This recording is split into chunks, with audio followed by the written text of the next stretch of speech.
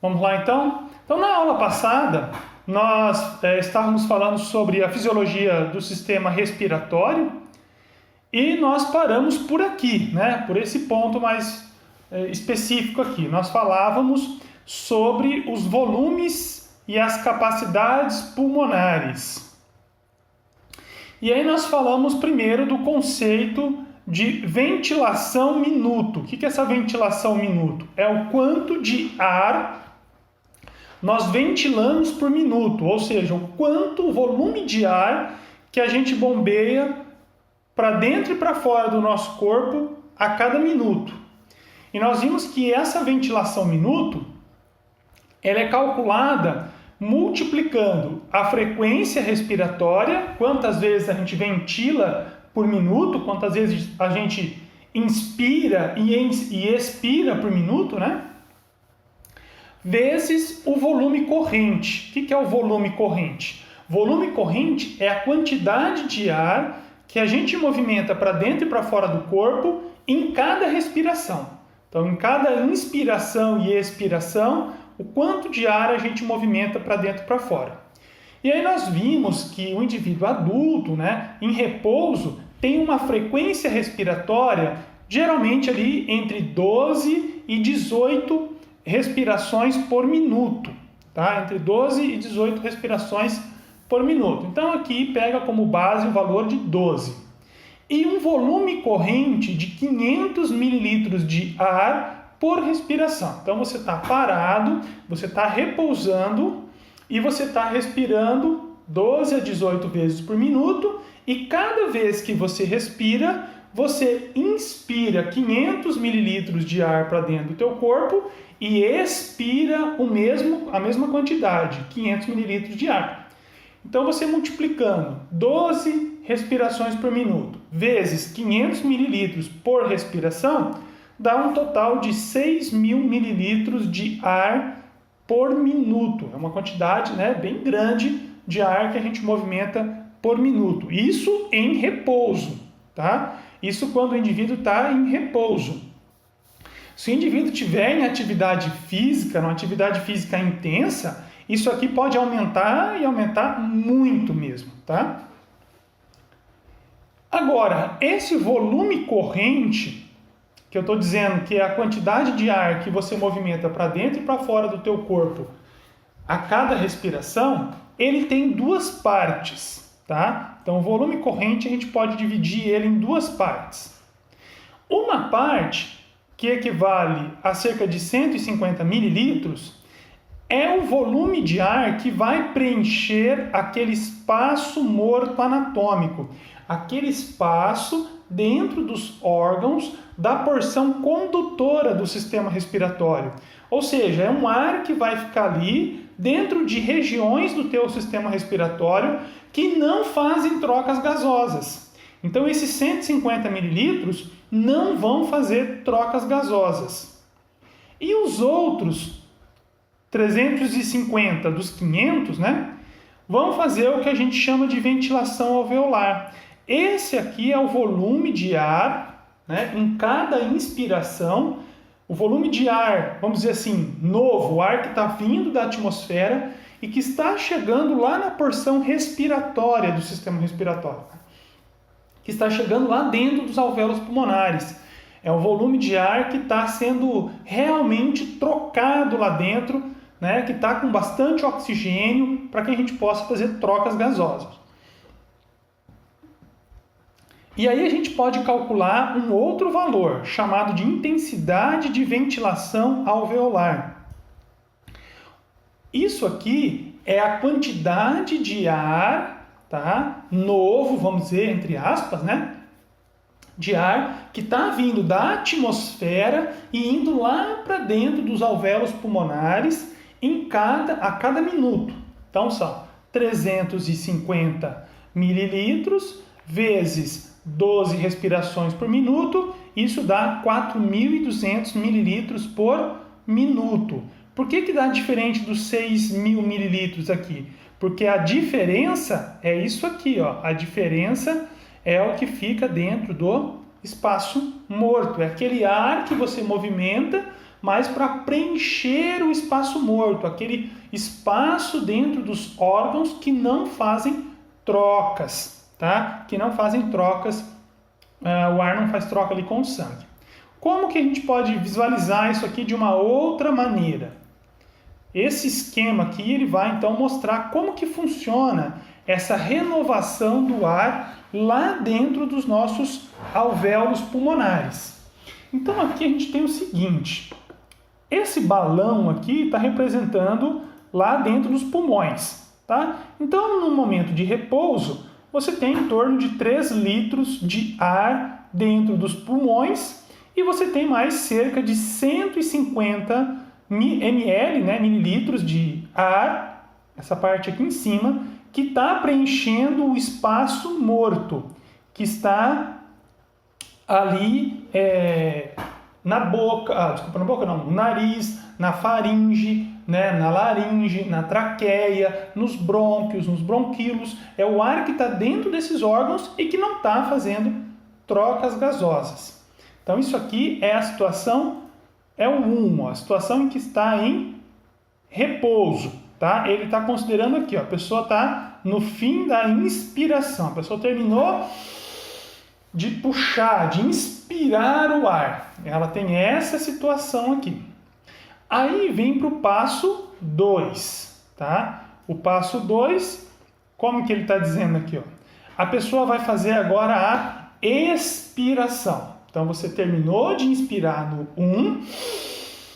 E no 2 ele está mostrando o que acontece quando você expira. Quando você expira, como eu disse, né, a pessoa está em repouso, ela vai expirar aqui, ó, o volume de 500 mililitros. Pode ver que o volume de ar dentro do pulmão diminuiu de 2.700 para 2.200. Diminuiu 500 mililitros, porque a pessoa expirou 500 mililitros. Agora, como que estavam distribuídos, né? Então, aqui está mostrando, na verdade, ó, esses 500 mililitros que saíram do pulmão da pessoa. Então, a pessoa expirou. Ok? Tá. Aqui a gente está no final da expiração. O ponto 3 é o final da expiração. Então, agora não tem mais 2.700. Tem 2.200 mililitros dentro dos pulmões, porque 500 mililitros a pessoa expirou. A pessoa liberou esse ar. Podem ver que fica 150 mililitros aqui, né? Ó, fica 150, sempre vai ter esse volume preenchendo aqui, né? Por quê? Quando a pessoa expirou, a pessoa liberou meio litro, como que foi esse meio litro que a pessoa expirou? Bem, tem que sair meio litro aqui de dentro dos pulmões. Só que aqui na frente, ó, tem 150 mililitros. Então primeiro saem esses 150 que vem parar aqui, ó, esses 150 eles vêm parar aqui. E depois saem 500 ml aqui de dentro do pulmão. Só que esses 500 ml que vão sair aqui de dentro, tá? Os primeiros 350 desses 500, junta com esses 150 que estavam aqui e formam os 500 que você libera. E os últimos 150 ml que estão saindo de dentro do pulmão, eles vão ficar aqui, ó, vão ficar parados. Vão ficar ocupando aquele espaço morto. Então, saíram 500 ml que você expirou, saíram 500 ml de dentro dos pulmões. Só que desse volume que saiu dentro dos pulmões, 350 foi liberado na atmosfera e 150 ficaram aqui ocupando o espaço morto. É assim a situação no final da respiração. Por isso que aqui, ó, o autor aqui está dizendo o seguinte, ó, esses 150 que ficam aqui no espaço morto, ele está chamando de ar, entre aspas, velho. Porque esse 150 aqui era um ar que já esteve lá dentro dos teus pulmões e que quando ele foi sair, os primeiros 350 saíram, né, foram liberados na atmosfera e os últimos 150 ficaram aqui preenchendo o espaço morto, porque esse espaço não pode ficar vazio, tá? Então, esse é o passo 3, é o final da expiração. Ó. O espaço morto é preenchido com ar, entre aspas, velho, o ar que veio dos alvéolos e ficou parado aqui. Aí vem o momento, o número 4, tá? Que é quando a pessoa vai inspirar, ok? A pessoa vai inspirar. Então, quando você vai inspirar, você está puxando, você vai jogar lá dentro do teu corpo meio litro, 500 mililitros de ar da atmosfera para dentro do teu corpo. Esse ar a gente chama de um ar novo. Por que chama de ar novo? Porque tem uma diferença. Ó. Aqui embaixo na legenda ele está mostrando isso. Quanto que é a pressão de oxigênio no ar novo, no ar que está chegando lá nos pulmões? Em torno de 150 milímetros de mercúrio. E quanto que é a pressão de oxigênio no ar que está saindo dos pulmões? É em torno de 100 milímetros de mercúrio. Então, esse ar aqui atmosférico, esse ar que está no ambiente, ele tem mais oxigênio, né? Enquanto que o ar que está lá dentro, que está saindo dos pulmões, ele tem menos oxigênio. Por quê? Porque quando o ar fica dentro dos pulmões, o organismo vai absorvendo esse oxigênio. Então, quando você está fazendo uma inspiração, aqui no momento 4, você está puxando 500 mililitros de ar lá para dentro dos pulmões, né? A pergunta é, por que o espaço morto não pode ficar vazio? Não tem como ele ficar vazio, porque se ele ficar vazio, vai formar o que ali dentro? O que seria se ele estivesse vazio? Ficaria um vácuo ali dentro, né? Ficaria uma região com uma pressão baixa, muito baixa. E o ar, ele sempre se movimenta das regiões de maior pressão para as regiões de menor pressão. Então, se você tiver o teu espaço morto vazio, a pressão dentro dele é muito baixa, porque não tem nada lá dentro preenchendo. Então, o ar vai se movimentar de dentro do teu pulmão para o espaço morto, para ocupar esse espaço, porque você vai ter uma diferença de pressão. Ou o ar vai querer se movimentar da atmosfera para dentro do espaço morto para preencher essa atmosfera. Sempre que você tem um lugar com uma pressão menor, o ar vai para dentro daquele espaço. Se ele tiver algum orifício, alguma maneira de passar, alguma comunicação, ele vai tender a fluir ali para dentro para preencher aquele espaço. O ar sempre vai fluir da onde tem uma pressão maior para onde tem uma pressão menor. E você sempre tem uma certa pressão de ar dentro dos pulmões e sempre tem uma pressão grande do ar ao nosso redor. A gente não percebe isso, viu, pessoal? Mas o ar que está ao nosso redor, a atmosfera que está ao nosso redor, ela exerce uma pressão. Acima da gente tem uma quantidade gigantesca de ar, causando uma pressão. Para vocês terem uma ideia, o peso da atmosfera em cima do telhado de uma casa é algo em torno de umas 50 toneladas. Mas como é que o telhado da casa aguenta? Como é que ele não desaba? É porque o ar também está dentro da casa. Você também tem ar dentro da casa. E essas forças, e esse ar que está dentro da casa, ele tem a mesma pressão do ar que está fora. Então essas duas forças, elas se igualam, uma balanceia a outra, né? Uma vai equilibrar a outra. Se eu tiver um ambiente e eu fizer um vácuo dentro dele, eu esvaziar ele vai ter que aguentar uma pressão muito grande. Talvez esse ambiente, essa coisa não aguente e entre em colapso, tá?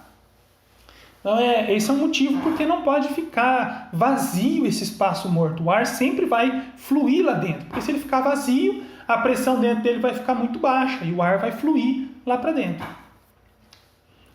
Ok? Tá. Então vamos voltar aqui, ó, no momento em que você vai ter essa inspiração. Então a gente vai inspirar, nós vamos jogar meio litro de ar para dentro dos pulmões. Então aqui, ó, meio litro. Esse meio litro de ar está vindo e ele vai encontrar esses 150 ml que já estavam no espaço morto. O que esses 500 ml vão fazer? Bem, primeiro eles vão empurrar esses 150 para dentro do pulmão. Então, esses 150 que estão aqui, ó, eram os 150 que já estavam no espaço morto. E aí, esses 500 ml empurraram esses 150 para dentro do pulmão. E os primeiros 350 ml desse ar aqui entram também dentro do pulmão. E aí 350 com 150 dá 500. Entraram 500 ml de ar dentro dos pulmões. Dá para ver que aqui, ó, de 2.200, ele sobe para cá para 2.700. E os últimos 150 ml de ar que estavam aqui, eles vão ter que ficar onde? Eles vão ficar aqui, ó, preenchendo o espaço morto, porque esse espaço não pode ficar vazio. Tá? Então, quando você inspira o ar, ó, você inspira, né? Então, você inspira meio litro de ar, 500 mililitros de ar. Só que não são esses 500 mililitros de ar que estão vindo da atmosfera que vão chegar lá dentro dos teus alvéolos pulmonares. Vão chegar lá 150 mililitros de ar, entre aspas, velho, um ar que já esteve dentro dos teus pulmões e que agora está no espaço morto e que vai ser empurrado de volta para dentro dos teus pulmões, mais 350 mililitros de ar, entre aspas, novo, ar que está vindo da atmosfera e que está indo lá para dentro dos teus alvéolos pulmonares. É por isso que aqui, ó, quando eu vou calcular a intensidade de ventilação alveolar, eu calculo com base aqui, ó, 350 mililitros, vezes o número de respirações por minuto. Porque a cada inspiração, ó, são 350 mililitros de ar novo, um ar que tem uma quantidade maior de oxigênio que vai chegar efetivamente dentro dos teus pulmões. Os últimos 150 mililitros aqui ficam ocupando o espaço morto. Aí você terminou a inspiração. Tem 2.700 mililitros de ar dentro dos pulmões e o espaço morto tem 150 mililitros. O ar que você inspirou, mas que não chegou dentro dos teus alvéolos. É um ar, entre aspas, novo e que fica aqui no espaço morto. Aí repete tudo de novo. Aí você vai fazer a expiração. Você vai expirar 500 mililitros. Então, saem 500 mililitros de dentro dos pulmões. Só que esses 500 mililitros, quando eles vão sair, na frente deles tem aqueles 150 que estavam no espaço morto. Então, esse ar, primeiro ele empurra esses 150 mililitros para fora. É um ar novo que volta, esse ar, ele não chegou a entrar lá dentro dos alvéolos, ele ficou no espaço morto e agora ele está voltando para a atmosfera. Aí os primeiros 350 dos 500 que estão saindo dos pulmões, saem também. E os últimos 150 dos 500 que saíram de dentro do pulmão, sobem e ficam no espaço morto. E assim você está aqui. E aí você inspira de novo. E isso tudo fica se repetindo, tá? Isso tudo fica repetindo. Ok? E é por isso que a gente tem essa diferença aqui, ó, entre a ventilação minuto e a intensidade de ventilação alveolar. Você movimenta por minuto 6 litros de ar para dentro e para fora do teu corpo. Mas desses 6 litros, 4.200, 4,2 litros só, é que vão realmente chegar lá dentro dos teus alvéolos pulmonares. Ok? Então você tem todas essas variações. Tá. Então nós já estudamos, pessoal, a ventilação pulmonar, não é? Nós vimos que a ventilação pulmonar, ela envolve o que nós chamamos de mecânica respiratória. O que é mecânica respiratória?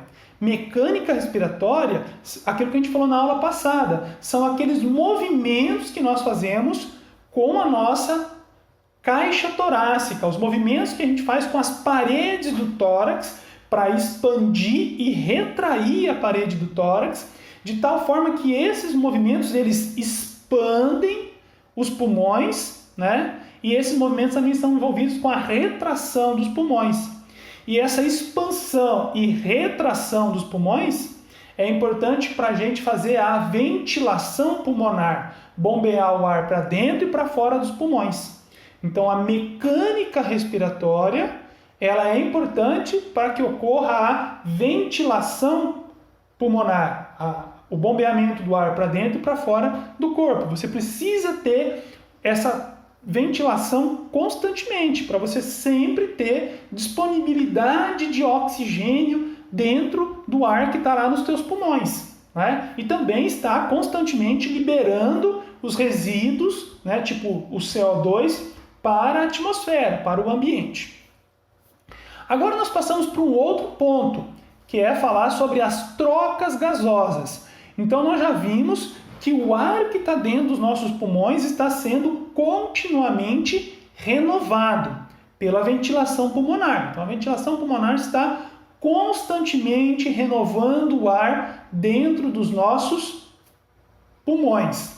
Agora, como é que ocorrem as trocas? Como é que esse ar que está lá dentro dos meus alvéolos pulmonares, como é que ele faz trocas gasosas? Como é que ele consegue absorver oxigênio, né? E como é que o sangue libera o CO2 para o ambiente? Para a gente compreender como funcionam essas trocas gasosas, a gente precisa primeiro relembrar dessa lei aqui lá da física, a lei de Dalton. Então a lei de Dalton, ela vai dizer o seguinte, ó, cada gás em uma mistura de gases tem a sua própria pressão, como se todos os outros gases não estivessem presentes.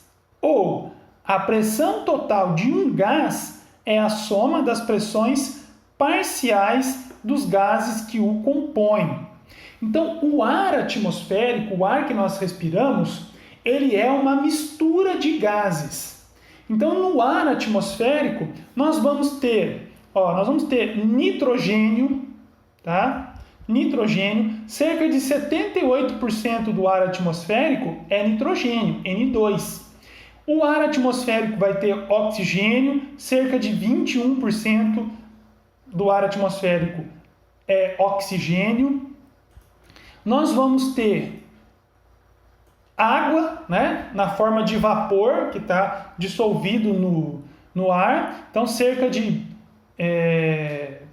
4%, né, da atmosfera, mais ou menos, é vapor de água.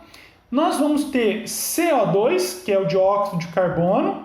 Se eu não me engano, vai dar 0,4% só dióxido de carbono. E o restante vão ser todos os outros gases que a gente tem na atmosfera, né? Então vai ter hélio, vai ter aqueles gases nobres lá, né? Argônio, xenônio, ocorrem em concentrações muito pequenas. Se eu não me engano, é 0,06% só na composição do ar atmosférico. Então é uma quantidade muito pequena. Então, nós temos diferentes gases que formam a atmosfera. Cada um desses gases ocorre em quantidades diferentes e, por isso, tem pressões diferentes. Olha lá, a pressão parcial de um gás pode ser obtida multiplicando-se a sua concentração na mistura pela pressão total da mistura. Então, para o ar atmosférico, né? O ar atmosférico, quanto que é a pressão atmosférica? É isso aqui, ó, no nível do mar, tá? Aqui está como se estivesse no nível do mar. Então, no nível do mar, a pressão do ar atmosférico como um todo é equivalente a 760 milímetros de mercúrio. Por exemplo, aqui eu estou em Dois Vizinhos, no sudoeste do Paraná. A gente está a cerca de 550 metros acima do nível do mar. A pressão atmosférica aqui já não é mais 760 milímetros de mercúrio. Aqui vai estar em torno de 700, 696, 700 milímetros de mercúrio, mais ou menos, a pressão. Aqui então está mostrando o nível do mar. Agora, desses 760 milímetros de mercúrio, que é a pressão do ar, da soma de todos os gases que formam o ar, cada um desses gases vai contribuir com uma parte desses 760. Para a gente saber, o que a gente faz? A gente tem que pegar essa fórmula aqui, ó. A pressão parcial pode ser obtida pela concentração pela pressão total. Então, a concentração de nitrogênio na atmosfera é cerca de... Aqui vai mudar um pouco, né? Valor de referência de autor para autor. 78,6%. Vezes 760 milímetros. Então, no nível do mar, o nitrogênio, só o nitrogênio, tem uma pressão em torno de 597 milímetros de mercúrio. Só o oxigênio, como ele representa cerca de 20, 21%, vai ter uma pressão de 160, quase, né, milímetros de mercúrio, arredondando. A pressão do vapor de água vai ser em torno de 3 milímetros de mercúrio. A pressão de CO2 vai ser em torno de 0,3 milímetros de mercúrio. E os outros gases, 0,5 milímetros de mercúrio. Somando tudo, a gente tem os 760 milímetros de mercúrio. E vocês vão ver que daqui para frente a gente vai falar em termos de pressão de gás.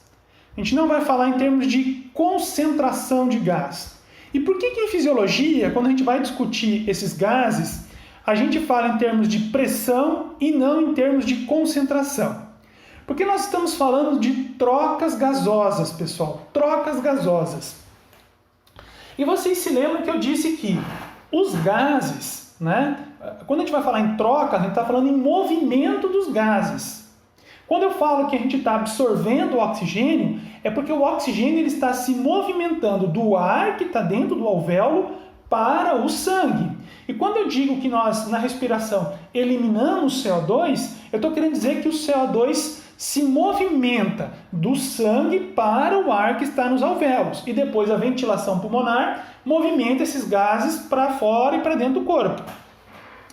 E como a gente viu lá na mecânica respiratória, os gases se movimentam a favor dos seus gradientes de pressão. De onde a pressão é maior para onde a pressão é menor. Por isso que é importante a gente pensar em termos de pressão de gás. Porque a pressão de gás já te dá uma ideia de em que direção o fluxo daquele gás vai ser. Ele vai fluir sempre da onde a pressão dele é maior para onde a pressão dele é menor, ok?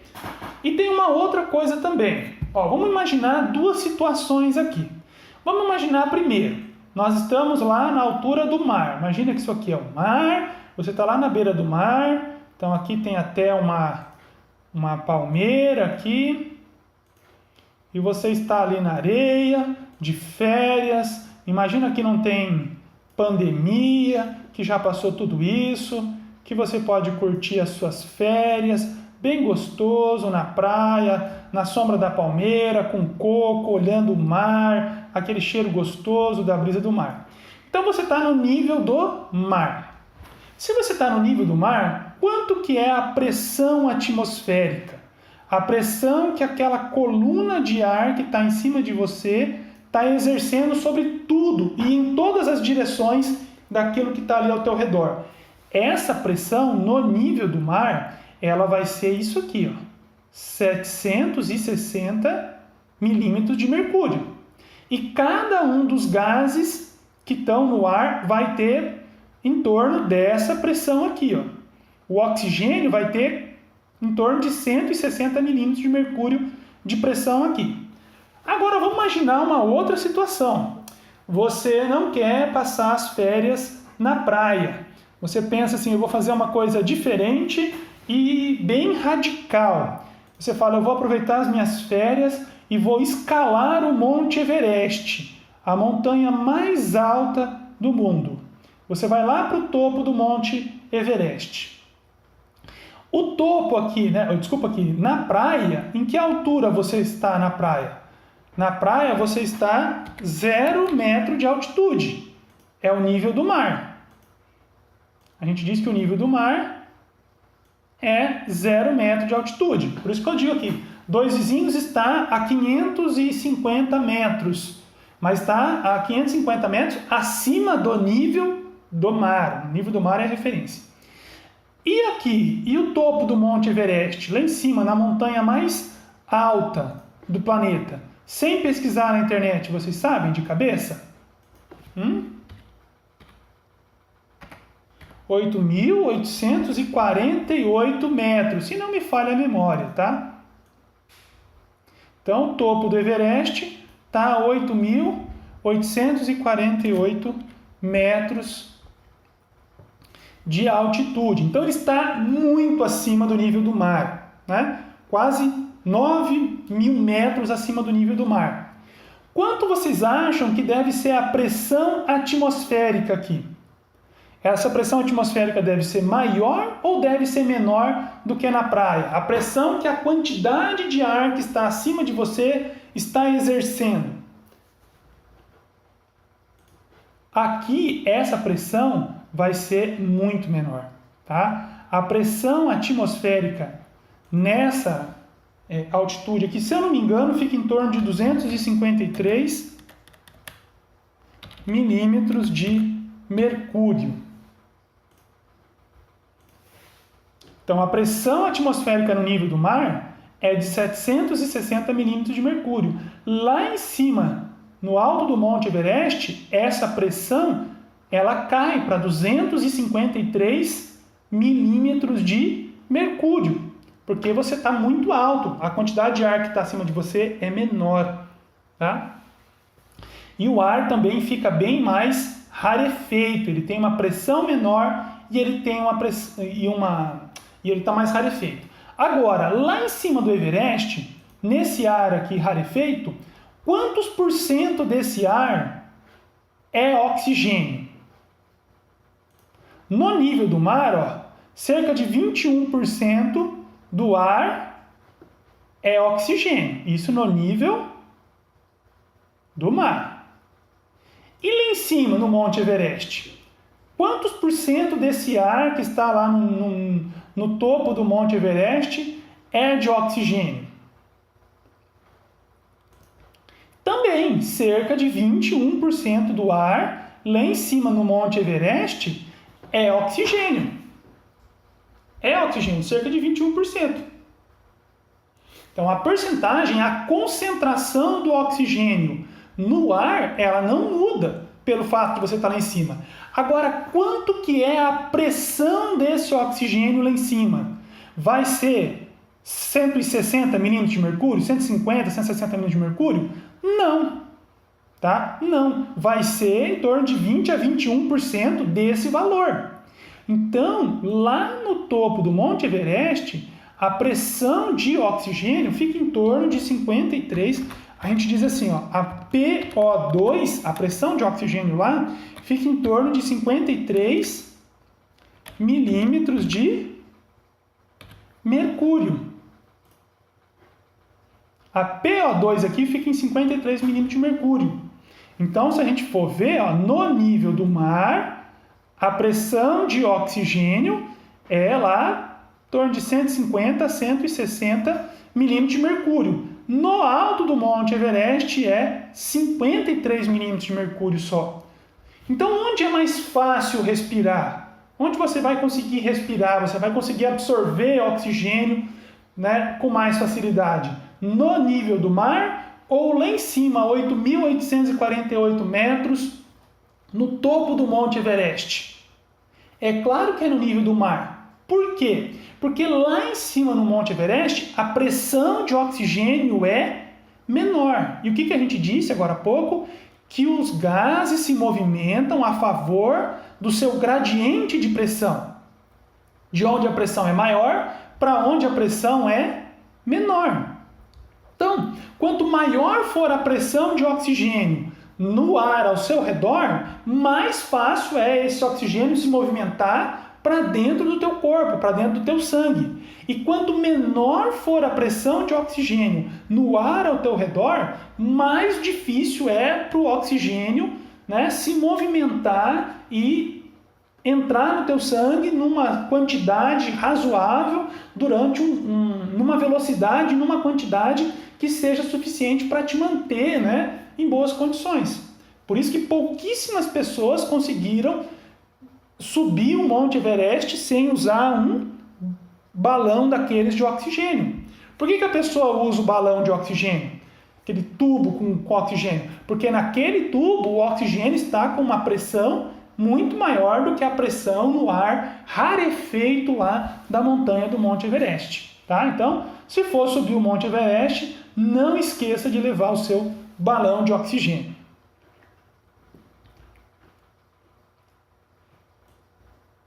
Então, a questão da pressão do gás, pessoal, para a gente entender as trocas gasosas que ocorrem no nosso pulmão, é muito importante. A gente tem que pensar em termos de pressão de gás. Não adianta ficar pensando em termos de concentração de gás. Pensa sempre em termos de pressão. E se lembre sempre que um gás, ele sempre vai fluir de onde a pressão é maior para onde a pressão é menor. Agora, tem uma outra questão que a gente tem que levar em consideração. Aquilo que eu falei lá no começo, na aula passada, que é uma coisa que é uma complexidade que nós temos, né? Porque nós queremos absorver oxigênio lá na respiração. Só que esse oxigênio, ele está num gás, ele é um gás, na verdade. O O2 é um gás e ele está na atmosfera, que é toda gasosa. Só que nós queremos absorver esse oxigênio para dentro do nosso sangue. E o sangue é um líquido aquoso, é um líquido à base de água. 90% do nosso sangue é água. Como é que fica isso quando eu quero absorver um gás para dentro de um líquido? E também quando eu quero eliminar o CO2. Aí eu quero transportar o excesso de CO2 de um líquido, que é o meu sangue, para um gás que é a atmosfera. E o CO2 é um gás. Como que funciona isso? Essas trocas entre, né, um ambiente gasoso e um ambiente aquoso. Um ambiente líquido aquoso. Para isso, a gente pensa nisso aqui, ó, a lei de Henry. A lei de Henry vai dizer o seguinte, ó, a quantidade de um gás que se dissolve em um líquido é proporcional à, primeira parte, a pressão parcial do gás. Então, aquela questão da pressão que eu acabei de explicar, né? O gás vai se movimentar da onde a pressão dele é maior para onde a pressão é menor. Se eu quero difundir um gás num líquido, a questão da pressão é importante, tá? A pressão é importante. Olha o exemplo que ele está dando aqui, ó. Ele está dando um exemplo aqui. Então, aqui você tem um becker e aqui você tem um líquido, tá? Um líquido. Imagina que nesse líquido, ó, não tem, no começo, ó, não tem oxigênio aqui dissolvido. Então, a pressão de oxigênio aqui é 0. E nesse gás aqui, você tem uma pressão de oxigênio de 100 milímetros de mercúrio. Então, eu tenho uma diferença de pressão. De quanto que é essa diferença de pressão? Se tem 100 aqui e tem 0 aqui, a diferença é 100, né? 100 menos 0 é 100. Então, há uma diferença de 100. Então, a pressão, ó, a diferença de pressão é favorável. Favorece com que esse gás se difunda dentro desse líquido. Só que tem um outro componente, ó. O outro componente é a solubilidade do gás no líquido. Eu vou ter que ter uma interação molecular do gás com o líquido. Um determinado gás pode ser mais ou menos solúvel em um líquido do que outro gás. Tá? Então, por exemplo, a gente compara o oxigênio e o CO2. O CO2 ele é muito mais solúvel em líquidos do que o oxigênio, em água, né? O CO2 é muito mais solúvel em água do que o oxigênio. Tá? Então, é muito mais fácil eu transportar o CO2 de um gás para a água do que eu transportar o oxigênio do ar, né, para dentro da água. Porque o CO2, a estrutura química dele interage melhor com a estrutura química da água e ele é mais solúvel em água do que o oxigênio, tá?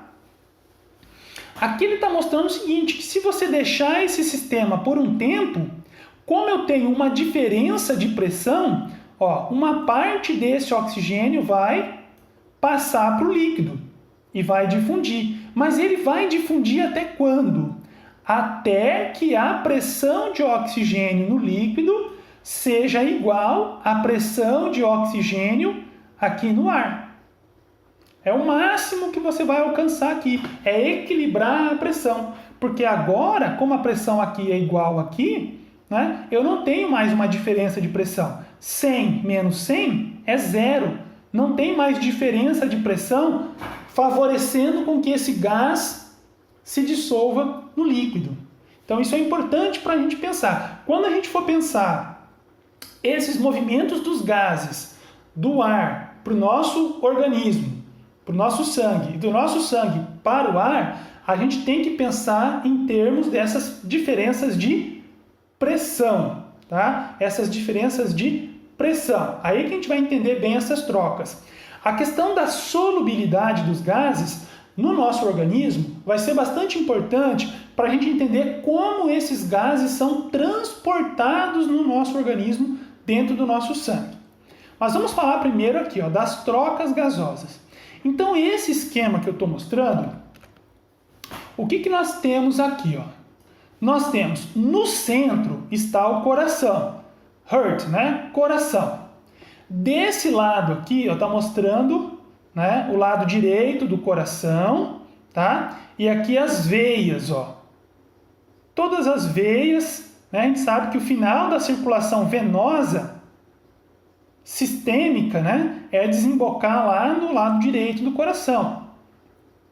Aqui a artéria pulmonar, a artéria que leva sangue para o pulmão. Então essas veias aqui trazem sangue para o lado direito do coração, aquele sangue venoso. As artérias pulmonares levam sangue para o pulmão. Do outro lado aqui está o lado esquerdo do coração, o átrio esquerdo e o ventrículo esquerdo. E aqui a gente tem as veias pulmonares, aquelas veias que trazem o sangue rico em oxigênio lá dos pulmões para o coração. E aqui nós temos as artérias sistêmicas, as artérias que levam o sangue rico em oxigênio do coração para o corpo, tá? Aqui em cima nós temos o que acontece lá nos pulmões. Esses capilares sanguíneos que estão aqui são os capilares pulmonares. E aqui nós temos o que acontece no restante do corpo, nos capilares sistêmicos, os capilares não pulmonares. Nesses capilares pulmonares, o que acontece? O sangue absorve o oxigênio e libera CO2. E aí o sangue transporta esse oxigênio para o resto do corpo. No resto do corpo, os capilares vão fazer o quê? Como vão ser as trocas gasosas? O sangue vai liberar oxigênio para os tecidos e vai captar o CO2 dos tecidos. E aí as veias sistêmicas vão levar esse sangue venoso, esse sangue rico em CO2, lá para o coração, para o lado direito do coração, que vai bombear isso para os pulmões, para a gente eliminar CO2 e absorver mais oxigênio e ficar repetindo isso aqui. Ok? Mas vamos agora aplicar aquela questão das pressões para a gente entender como é que ocorrem essas trocas.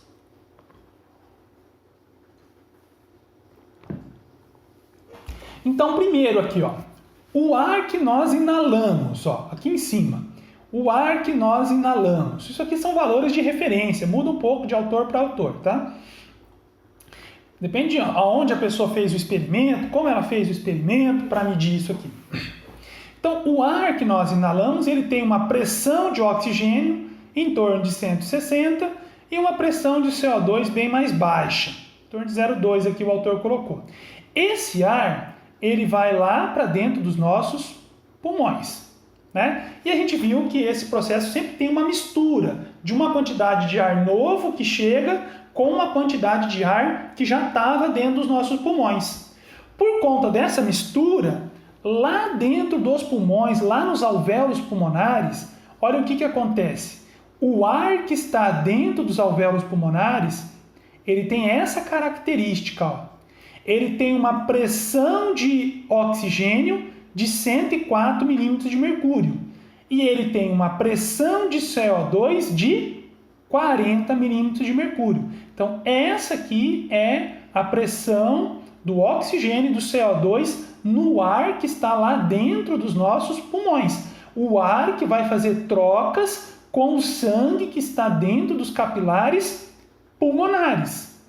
Agora, olha como é o sangue que está chegando, o sangue que está entrando nos capilares pulmonares. É aquele sangue que veio do corpo, passou pelo coração e está entrando nos capilares pulmonares. Aquele sangue que está chegando no pulmão para fazer trocas gasosas. Então, olha como é a pressão de oxigênio dele. 40 apenas. Então, o sangue que está aqui, ó, dentro do capilar pulmonar, tem uma pressão de oxigênio de 40. Enquanto que o ar que está aqui dentro do alvéolo tem uma pressão de 104. Aonde é maior a pressão de oxigênio? No ar aqui no alvéolo ou no sangue que está aqui no capilar? É óbvio que é maior aqui no ar no alvéolo, 104 para 40. E aí esse oxigênio vai se mover de onde a pressão dele é maior para onde a pressão é menor. Por isso que o oxigênio vai se difundir do ar que está lá nos alvéolos para dentro do sangue.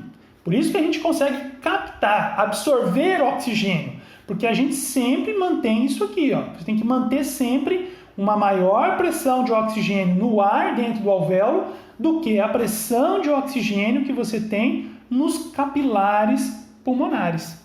E aí o oxigênio flui a favor do seu gradiente de pressão, tá? E o CO2? Olha a pressão do CO2 no sangue que está aqui nos capilares, 45 milímetros de mercúrio.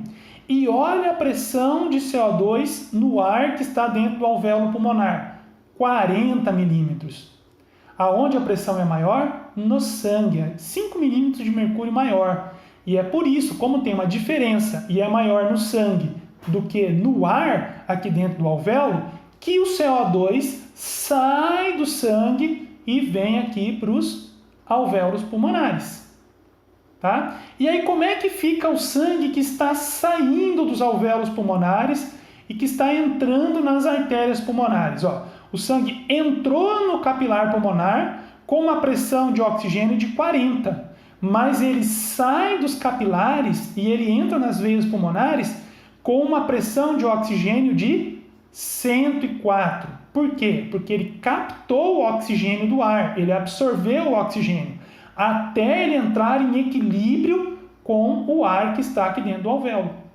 E como que é a pressão de CO2 no sangue que está saindo dos capilares pulmonares e está entrando aqui na veia pulmonar, que está indo em direção ao lado esquerdo do coração? A pressão de CO2 dele é 40. O sangue entrou lá no capilar pulmonar com uma pressão de CO2 de 45. Mas ele sai aqui com uma pressão de 40. Então, o excesso de CO2, esses 5 milímetros de mercúrio aqui de excesso de CO2, foram liberados aqui para o ar. E aí você vai fazer aquela ventilação pulmonar e você vai ficar renovando o ar aqui dentro dos pulmões, né? Para você manter sempre essas diferenças de pressão, para você ficar sempre repetindo esse processo, absorvendo o oxigênio e eliminando o excesso de CO2, tá? Aí esse sangue que sai aqui dos pulmões vai para o coração, passa, entra na aorta, depois a aorta vai se ramificando, vai formando outras artérias, até que esse sangue vai chegar lá nos capilares sistêmicos. Quando esse sangue chega nos capilares sistêmicos, tá? Olha como é a característica dele. A pressão de oxigênio dele cai, mas cai um pouquinho só, cai de 104 para 100, e a pressão de CO2 continua 40. Agora, olha aqui como é a pressão dos gases lá nos tecidos, lá nos outros órgãos, né? Não é sem ser nos alvéolos pulmonares, em todo o restante do corpo, sem ser nos alvéolos pulmonares. Aqui, a pressão de oxigênio vai ser sempre menor do que 40. Mas aí você vai me perguntar, professor, é menor do que 40, mas quanto menor do que 40? É 39? É 20? É 10? Isso vai depender do grau de atividade desse tecido. Se for, por exemplo, um músculo que está em alta atividade física, ele está consumindo oxigênio. Então, a tendência é que a pressão de oxigênio aqui fique cada vez menor. Agora, se for um outro tecido, pode até ser como exemplo o músculo, mas ele está em repouso, ele está consumindo menos oxigênio. Então, a pressão vai ser um pouco maior. Então, a pressão de oxigênio aqui depende da atividade que aquele tecido, aquele órgão, naquele momento está tendo. Quanto maior é a atividade metabólica num órgão, quanto mais intensamente aquele órgão está funcionando, ele consome mais oxigênio. Então, ele tem uma pressão de oxigênio ali menor, tá? E a pressão de CO2, como é aqui? É sempre maior do que 45. Mas o quanto maior que 45? Também depende da intensidade, da atividade metabólica que aquele tecido, que aquele órgão está fazendo. Quanto maior é a intensidade, quanto maior é a atividade que aquele órgão está fazendo, ele consome mais oxigênio, mas ele também produz mais CO2. Então a tendência é que a pressão de CO2 ali fique cada vez maior. Aqui são situações de repouso. Vamos considerar uma situação de repouso, né? Com uma pressão de oxigênio em torno de 40 e uma pressão de CO2 em torno de 45. Vocês estão percebendo que o sangue que está chegando aqui, ó, entrando nos capilares, ele tem essa característica. Pressão de O2 100, pressão de CO2 40. E os tecidos têm essa característica. Pressão de O2, vamos considerar repouso 40 e CO2 45. Aonde tem mais oxigênio? No sangue ou aqui nos tecidos? É óbvio que é no sangue, tem 100 aqui e 40. Então, em que direção? Como é que esse oxigênio vai se movimentar? Esse oxigênio vai se movimentar, né, do sangue para o tecido, de onde a pressão é maior para onde a pressão é menor. E o CO2, como que ele vai se movimentar? Ora, se a pressão dele for aqui 45 e aqui é 40, o CO2 vai se movimentar, né, do tecido em direção ao sangue, de onde a pressão é maior para onde a pressão é menor. Então, esse sangue que sai aqui dos tecidos acaba tendo uma pressão de oxigênio de 40, ele não está zerado de oxigênio, mas a pressão diminuiu porque os tecidos absorveram oxigênio e agora ele tem uma pressão de CO2 maior, subiu de 40 para 45. Esse sangue volta lá para o coração e repete tudo de novo.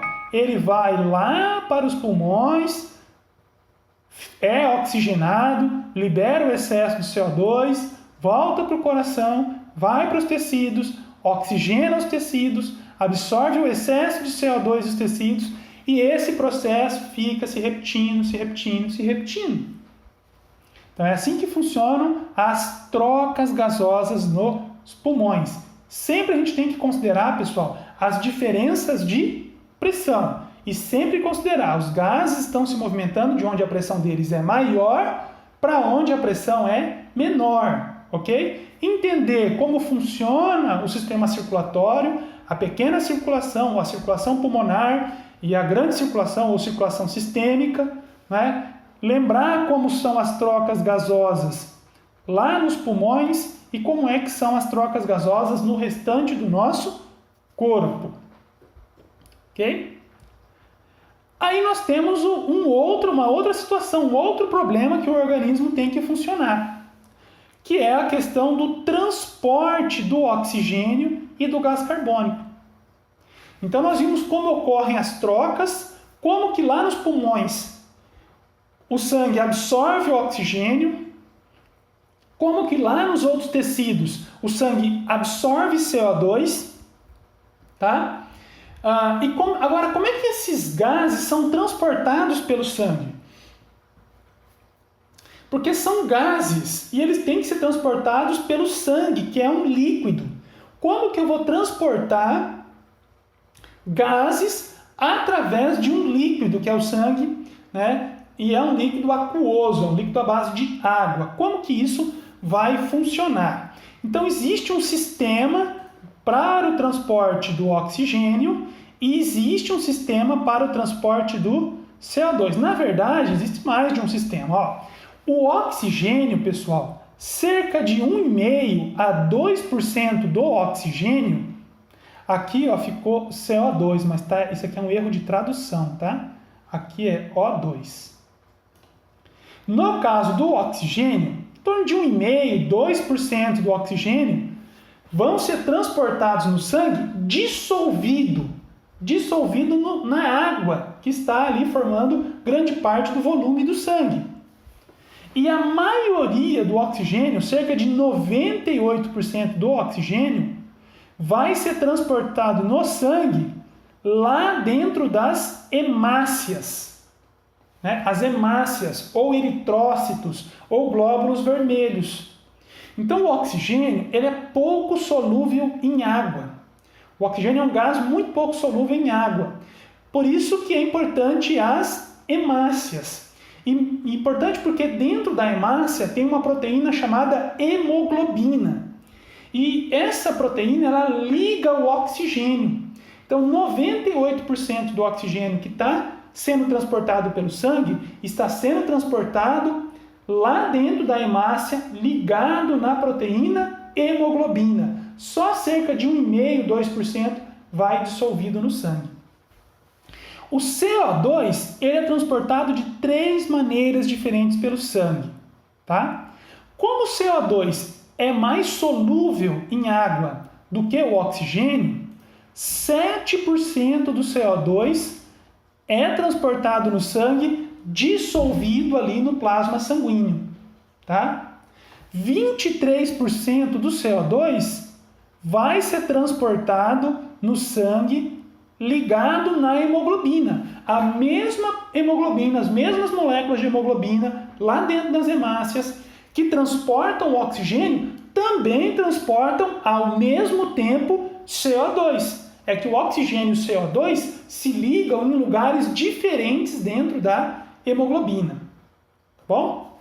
Agora, a maior parte do CO2, 70% do CO2, vai ser transportado no sangue na forma desse composto aqui, ó, HCO3-. Isso aqui é bicarbonato. Então, a maior parte do CO2 no nosso organismo é convertido, tá? É convertido em bicarbonato e é transportado pelo sangue na forma de bicarbonato. Então, o oxigênio tem 2 sistemas de transporte. Cerca de 2% é transportado dissolvido e cerca de 98% fixado na hemoglobina. O CO2 tem 3 sistemas de transporte. 7% vão dissolvidos pelo sangue, 23% vão ligados na hemoglobina e 70% do oxigênio vai na forma de bicarbonato. Tá bom? Agora, como é que isso funciona? Tá? Como é que isso funciona? Vamos começar falando lá ó, do transporte de oxigênio. Vamos falar do transporte de oxigênio. Então, aqui nós temos 2 situações. Aqui em cima a gente está lá no pulmão. Tá? O que está acontecendo no pulmão. E aqui embaixo o que está acontecendo nos outros capilares do nosso corpo, os capilares sistêmicos, né? Aqui é os capilares pulmonares em cima e aqui embaixo os capilares sistêmicos, não pulmonares. Então, lá nos pulmões a gente absorve o oxigênio e cerca de 2% desse oxigênio no máximo vai dissolvido no plasma, tá? Os outros 98% vão entrar dentro das hemácias e vão se ligar nas hemoglobinas e são transportados pelas hemoglobinas. E você pergunta, professor, mas como é que essa proteína, a hemoglobina, como é que ela consegue transportar o oxigênio? Ela transporta dessa maneira aqui, ó. Isso aqui é uma molécula de hemoglobina, tá? Isso aqui é uma molécula de hemoglobina. Cada molécula de hemoglobina, vocês podem perceber, ela tem 4 partes. Tem uma região aqui, 1, 2, 3, 4. Cada uma dessas regiões tem uma estrutura disso aqui, ó. A gente chama isso aqui de grupo M. E nessa região do grupo M, a gente vai ter um átomo de ferro. Então, cada molécula de hemoglobina tem 4 átomos de ferro. E esses átomos de ferro, eles ficam ali arranjados com um determinado arranjo de aminoácidos ao redor deles, que permite, né? Isso permite que cada átomo de ferro desse possa se ligar ao oxigênio. Tá? Então, cada átomo de ferro desse se liga a uma molécula de O2, uma molécula de oxigênio molecular. Então, cada molécula de hemoglobina pode transportar até 4 moléculas de oxigênio. Tá? 4 moléculas de oxigênio. E é isso que acontece. Ó. Quando o sangue passa lá pelos pulmões, 98% do oxigênio se liga aqui na hemoglobina. Ok? Se liga na hemoglobina. Agora, uma coisa interessante, pessoal, é o que acontece no tabagismo. Porque quando a pessoa está fumando, um dos compostos que está na fumaça do cigarro é o monóxido de carbono. Né? O CO2 é o dióxido de carbono. Monóxido de carbono é CO. O monóxido de carbono está na fumaça dos carros, na poluição, mas ele tem também na fumaça do cigarro. Né? E a pessoa que está fumando está mandando aquilo ali lá direto para dentro dos seus pulmões. O monóxido de carbono ele liga na hemoglobina de uma forma que ele atrapalha a ligação com o oxigênio. Quanto mais monóxido de carbono tem, mais esse monóxido de carbono se liga na hemoglobina e impede a ligação do oxigênio. Então, o indivíduo que é fumante, ele tem uma dificuldade de absorver oxigênio e de transportar oxigênio. Por quê? Porque as suas hemoglobinas estão lá com o monóxido de carbono ligado na hemoglobina. A hemoglobina tem uma afinidade maior pelo monóxido de carbono que pelo oxigênio. Tá? E esse monóxido de carbono atrapalha, dificulta a ligação do oxigênio. E isso faz com que o fumante tenha uma dificuldade maior de absorver oxigênio e de transportar oxigênio. Isso somando que o fumante pode ter lesões no pulmão, pode ter enfisema, diminuição do número de alvéolos pulmonares. O fumante pode ter um fibrosamento pulmonar, que dificulta toda aquela mecânica respiratória. Né? Então tudo isso ajuda a explicar por que o indivíduo que é fumante ele tem uma dificuldade. Você tem pessoas que são fumantes que se o cara subir um lance de escadas, ele já vai estar com a respiração ofegante. Né? Ele vai estar com a respiração dele ofegante.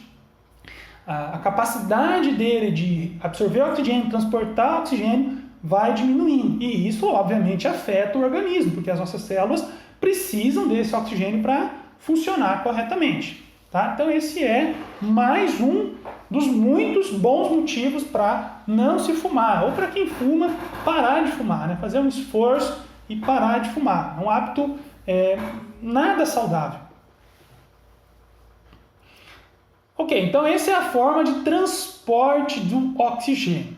Então lá no pulmão a hemoglobina ela capta o oxigênio e quando a gente chega aqui nos outros tecidos, esse oxigênio que estava dissolvido, ele pode passar para os tecidos e aquele oxigênio que estava ligado na hemoglobina, ele se solta da hemoglobina e passa para os tecidos. Mas por que aqui o oxigênio liga na hemoglobina e aqui ele se solta da hemoglobina? Por que aqui o oxigênio se difunde para o sangue e aqui ele sai do sangue e entra nas células? Por conta daquelas diferenças de pressão. Aqui nos pulmões, a pressão de oxigênio no ar é muito maior do que a pressão no sangue. Então, o oxigênio passa do ar no alvéolo para o sangue. Quando eu chego nos outros tecidos, a pressão de oxigênio é muito maior no sangue do que lá nas células. Então, o oxigênio sai do sangue e passa para as células. E como que é o transporte de dióxido de carbono? Tá? Então, são 3 sistemas. Aqui é o contrário. Tá? Em cima está aquilo que está acontecendo lá nos tecidos, lá nos capilares sistêmicos, os capilares não pulmonares, e embaixo da figura, aquilo que está acontecendo nos capilares pulmonares. Então, lá nos tecidos, ó, a gente tem a respiração celular nos tecidos e isso produz CO2 e faz com que eu tenha sempre uma pressão de CO2 aqui maior do que a pressão de CO2 no sangue. E quanto maior for a atividade metabólica dessas células, mais CO2 elas vão produzir, maior vai ser a pressão aqui. Então, esse CO2 ele passa das células para o sangue, 7% desse CO2 se dissolve ali no sangue e é transportado pelo sangue, 23% se liga na hemoglobina. O CO2 ele liga na hemoglobina, mas ele não atrapalha a capacidade da hemoglobina de transportar oxigênio. O monóxido de carbono não, o CO, ele liga na hemoglobina e atrapalha ela transportar oxigênio. Bom? Então, 7 com 23 dá 30. Os outros 70% do CO2 vão passar por essa reação. Tem aqui dentro das hemácias uma enzima chamada anidrase carbônica. Essa enzima anidrase carbônica, ela catalisa essa reação, uma reação entre o CO2 e a água. Essa reação leva à formação desse composto aqui, ó, H2CO3. Isso aqui é ácido carbônico. Esse ácido carbônico é um ácido fraco, então ele se dissocia, ele se separa, formando bicarbonato e formando próton. Esse bicarbonato é bombeado para fora da célula, trocado pelo cloreto. Então sai o bicarbonato que tem uma carga negativa e entra o cloreto que também tem uma carga negativa, para equilibrar as cargas. E esse bicarbonato fica no sangue, 70% do CO2 é transportado no sangue na forma de bicarbonato. Mas aí fica esse próton. Ó. Esse próton ele também se liga na hemoglobina. Tá? A hemoglobina consegue ligar uma parte, pelo menos, desses prótons. É claro que se eu tiver muito CO2, eu vou produzir muito próton. E aí isso aqui pode começar a acidificar os líquidos corporais, né? E isso pode causar problemas. Mas em condições fisiológicas, né, em condições normais, esse próton vai também ligado na hemoglobina. A hemoglobina é uma proteína extremamente versátil, né? A hemoglobina está presente desde os insetos, a gente já tem na escala filogenética, você já tem hemoglobina. Então é uma proteína muito importante, muito conservada. Quando chega lá nos pulmões, como a pressão de CO2 dentro do ar aqui é menor do que a pressão no sangue, uma parte daquele CO2 que estava dissolvido passa lá para dentro do alvéolo. Uma parte do CO2 aqui que estava ligado na hemoglobina se solta da hemoglobina e vai para dentro do alvéolo. Aquele bicarbonato também, ele volta aqui para dentro da hemácia, trocado pelo cloreto, né, para equilibrar as cargas. E essa reação aqui da anidrase carbônica, ela é uma reação reversível. Então, você pode reagir bicarbonato com próton e formar ácido carbônico. E a anidrase carbônica pode reverter a reação, quebrando esse ácido carbônico em água e CO2. E aí esse CO2 pode ser eliminado do corpo. Ok? Então, esse é um mecanismo de transporte do CO2. E para a gente encerrar, vamos falar um pouco como que é regulada a respiração. Como que o nosso organismo regula, controla a respiração. Então, ó, em repouso, cerca de 200 ml de oxigênio por minuto são usados pelas células. É uma quantidade grande de oxigênio, né? Em esforço intenso, se você estiver praticando uma atividade física intensa, isso pode aumentar 15 a 20 vezes em adultos saudáveis. E em atletas de provas de resistência, atletas treinados, isso pode aumentar 30 vezes. Você imagina, 30 vezes 200. É uma quantidade gigantesca de oxigênio. Então a necessidade que você tem de oxigênio, ela vai variar de acordo com a intensidade de atividade metabólica que o teu organismo tiver. Quanto mais intensa for a atividade, mais oxigênio você vai precisar. Se você está em repouso, você precisa de menos oxigênio. E quanto maior é a intensidade da atividade que você está fazendo, não só você vai precisar de mais oxigênio, mas você também vai produzir mais CO2 e você vai ter que eliminar esse CO2. Tá?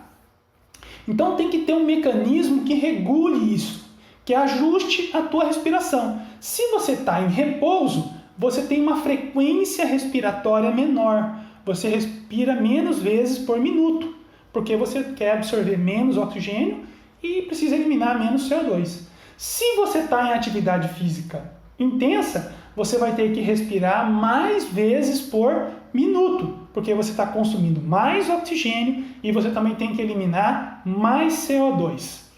Quem vai controlar isso, pessoal, é uma área, tá? Lá do nosso tronco encefálico, um conjunto de neurônios que nós temos no tronco encefálico, chamado de centro respiratório. Então, esses neurônios do centro respiratório, eles estão recebendo informação de receptores que nós temos no nosso corpo. Nós temos receptores no nosso corpo que vão detectar a pressão de oxigênio, tá, na nossa circulação sanguínea, a pressão de CO2 na circulação sanguínea, o pH do nosso sangue e vão informar isso ao nosso centro respiratório. O nosso centro respiratório vai processar essas informações, né? E do processamento dessa informação sensorial, ele vai detectar, olha, se a pressão de oxigênio está diminuindo e a pressão de CO2 no sangue está aumentando, é porque eu tenho que aumentar a frequência respiratória para absorver mais oxigênio e eliminar mais CO2. Não é verdade? Então esse sistema, esses neurônios vão fazer esses ajustes. Eles estão o tempo todo trabalhando, processando e fazendo esses ajustes para ajustar a tua ventilação, a tua respiração, à tua necessidade metabólica naquele momento. Tá? Então nós temos lá receptores que estão o tempo todo captando a pressão de CO2, a pressão de O2 e estimulando lá o centro respiratório. Tá? Tem receptores também que medem a quantidade de oxigênio e monitoram e a gente regula dessa maneira. Então, pessoal, por hoje, né, esse assunto de sistema respiratório